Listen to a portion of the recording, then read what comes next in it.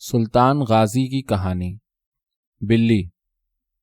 بنانے والے نے مسجد کی صرف ایک ہی دیوار بنائی تھی جو شمال سے جنوب تک جاتی تھی، اور مسجد کا پچھواڑا زمین کے کٹاؤ سے خود بخود تعمیر ہو گیا تھا۔ شمال میں سرس کا ایک پرانا درخت تھا جس کے پیٹ میں انجیر کا ایک نیا درخت اگا تھا۔ سردی کا موسم ختم ہوتا تو سرس دھانی پھولوں سے لد جاتا، گرمی آتی تو پھولوں کے بجائے زرد، خشک اور چپٹی پھلیاں لو کے تھپیڑوں میں کھڑکھڑ بجتیں۔ سب پھلیاں خالی ہوتی، لیکن ان پھلیوں کے نیچے سرس کے پیٹ میں اگے ہوئے انجیر میں بے شمار ہرے ہرے انجیر لگے ہوتے۔ مسجد کے جنوب میں کنواں تھا جس کا منہ بند کر دیا گیا تھا۔ اس کنویں میں گندی زہریلی گیس بھری تھی اور کنویں کے اوپر اور آس پاس کانٹے دار خشک جھاڑیوں پر مکڑیوں نے بے شمار جالے تن رکھے تھے۔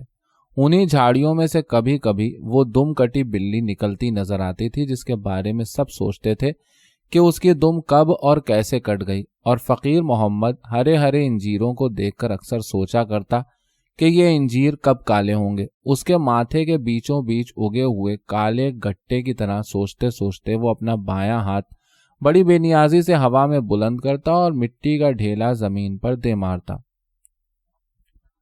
ڈھیلا ٹوٹ کر بکھر جاتا اور تھوڑی سی مٹی ایک چھوٹی سی ڈھیری بن کر غسل خانے کے فرش پر چپک جاتی، جیسے زمین کے ماتھے پر گٹا یا مٹی کا انجیر۔ فقیر محمد کو انجیر سے گھن آنے لگی۔ انجیر، حقیر، فقیر۔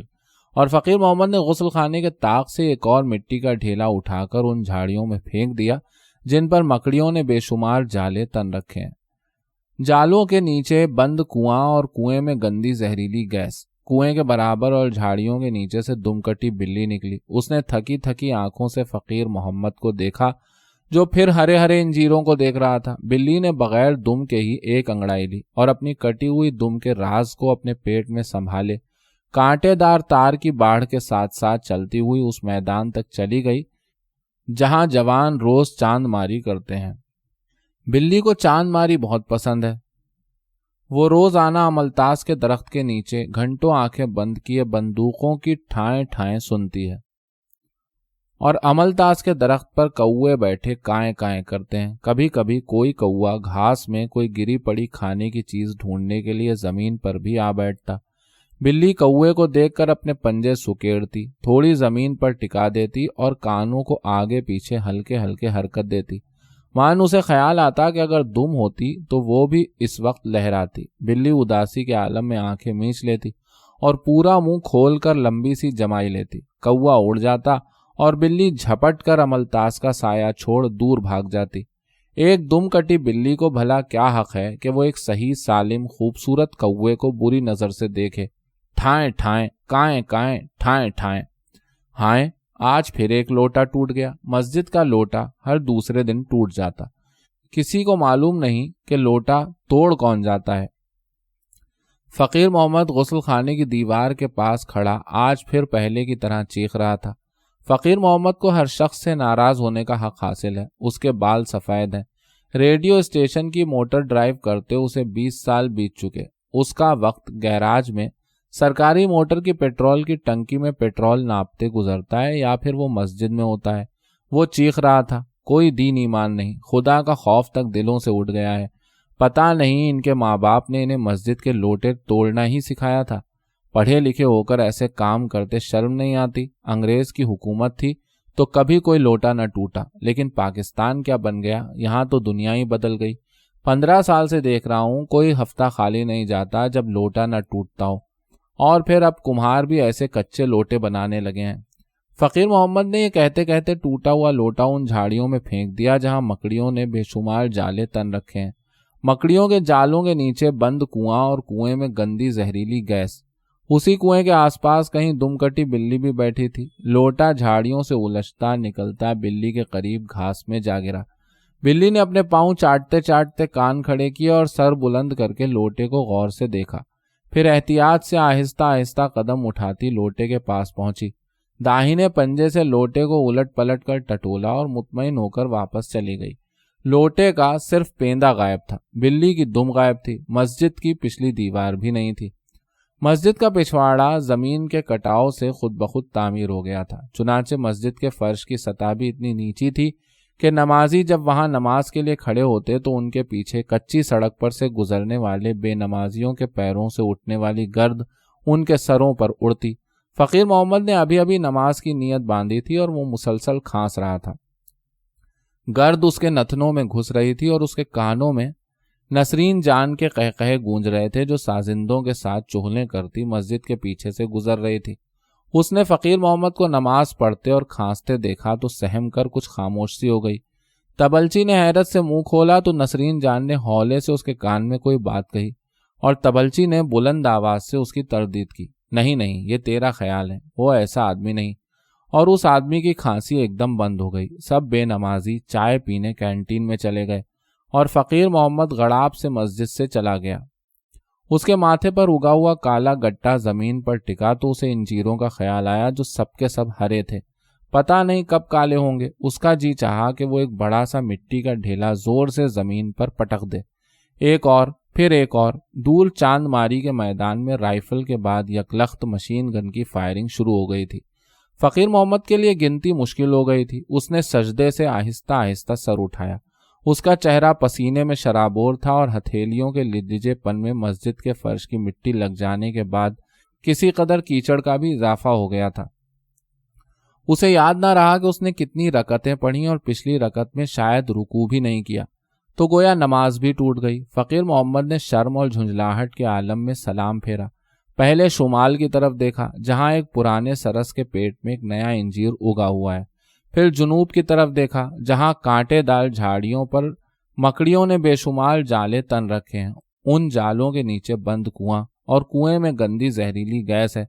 فقیر محمد بیٹھا ہوا تھا، وہ بلی کو نہ دیکھ سکا جو جھاڑیوں کے نیچے مسلسل زمین کھودے جا رہی تھی۔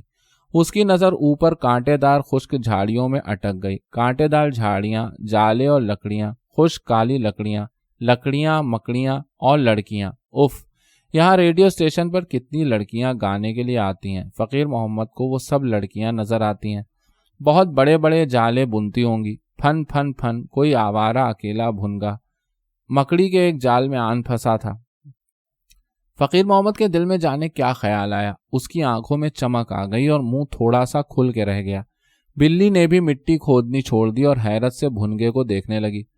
مکڑی جال بننے کے بعد جانے کہاں غائب ہو گئی تھی۔ کوئی مکڑی بھنگے کو پکڑنے نہ آئی تو فقیر محمد کا منہ لٹک کے رہ گیا اور بھنگا جال سے خود ہی آزاد ہو کر حیران پریشان خشک کالی کانٹے دار شاخوں سے سر پٹکتا اوپر سرس کے پرانے درخت میں غائب ہو گیا۔ فقیر محمد نے اپنے سر سے لپٹا ہوا مکے مدینے والا پیلا رومال اتارا اور مسجد کے لوٹوں اور چٹائیوں کے لیے چندے کی مہم پر روانہ ہو گیا۔ وہ سب سے پہلے کینٹین میں پہنچا۔ کالی میلی چپ چپ کرتی میزوں پر چائے کے خالی برتن اور برتنوں پر مکھیاں بھن بھن کر رہی تھیں۔ نسرین جان سازندوں کے درمیان بیٹھی کسی گانے کی دھن گنگنا رہی تھی۔ کاؤنٹر کے پیچھے منشی بیٹھا تھا، وہ روپے پیسے کا حساب جوڑتے جوڑتے پتہ نہیں اب تک اکتایا کیوں نہیں، اور کمرے کے کونے میں وہ ہکلا کاپسٹ بیٹھا تھا جو ہمیشہ کاپنگ پینسل سے بس نقل ہی کرتا رہتا ہے اور جانے اب تک ہکلا ہکلا کر کیسے جی رہا ہے۔ اس کے قریب بیٹھے ہوئے کبڑے شاعر نے کہا، مقبول تجھے تو مر جانا چاہیے۔ مقبول مرنے کی بجائے مسکرا دیا۔ وہ ہکلائے بغیر صرف مسکرا ہی سکتا ہے۔ شاعر کے منہ کا ذائقہ پھر خراب ہو گیا۔ زندگی میں معاشی استحکام کی تلاش نے اسے شاعر اور فنکار سے ایک ٹرانسلیٹر بنا دیا ہے۔ وہ اب خبروں کا انگریزی سے ترجمہ کیا کرتا ہے۔ معاشی استحکام اسے حاصل ہو چکا ہے، پھر بھی اس کے منہ کا ذائقہ جانے کیوں اکثر خراب رہتا ہے۔ شعر اور فن سے اس کا تعلق اتنا ہی رہ گیا ہے جتنا بلی کو اپنی کٹی ہوئی دم سے ہے جو کبھی انگڑائی لیتے وقت یاد آ جاتی ہے۔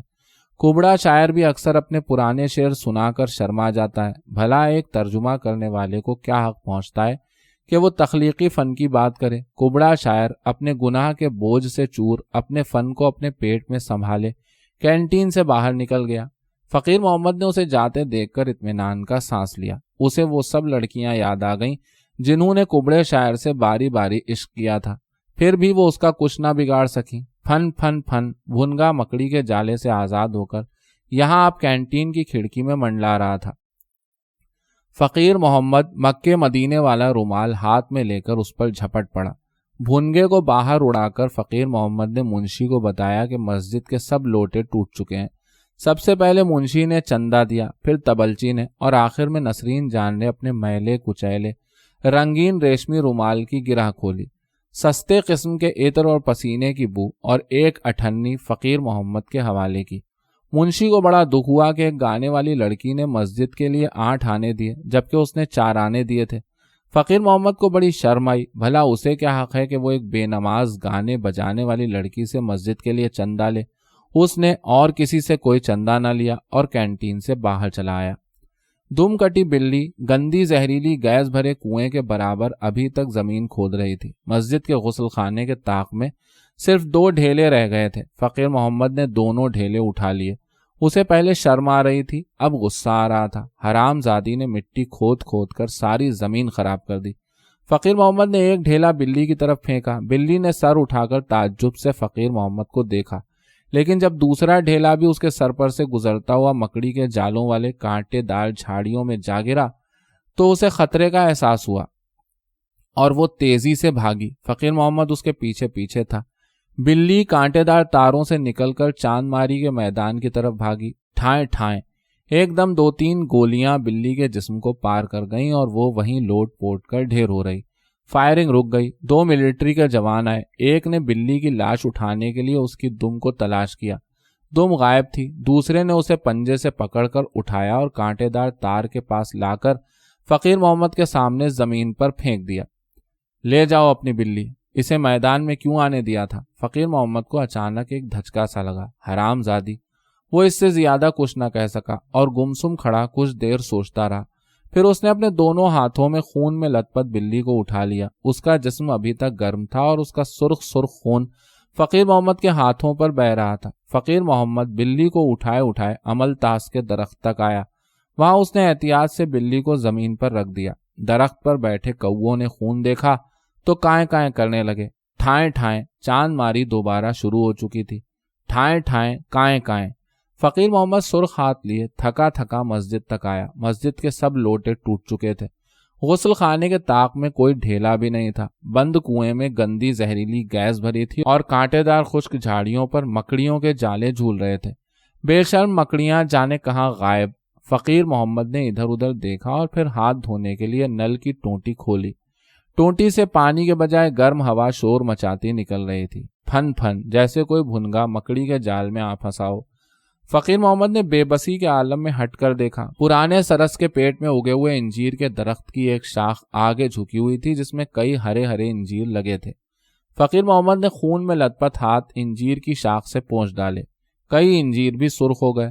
اگلے ہفتے مسجد کے لیے نئے لوٹے آ گئے اور مسجد کے پچھواڑے کی سڑک سے گزرتے لوگوں نے دیکھا کہ فقیر محمد ایک نئے لوٹے میں انجیر توڑ توڑ کر بھر رہا تھا۔ وہ انجیر جو 1 ہفتے پہلے بلی کے خون سے سرخ ہو گئے تھے اب بالکل کالے تھے۔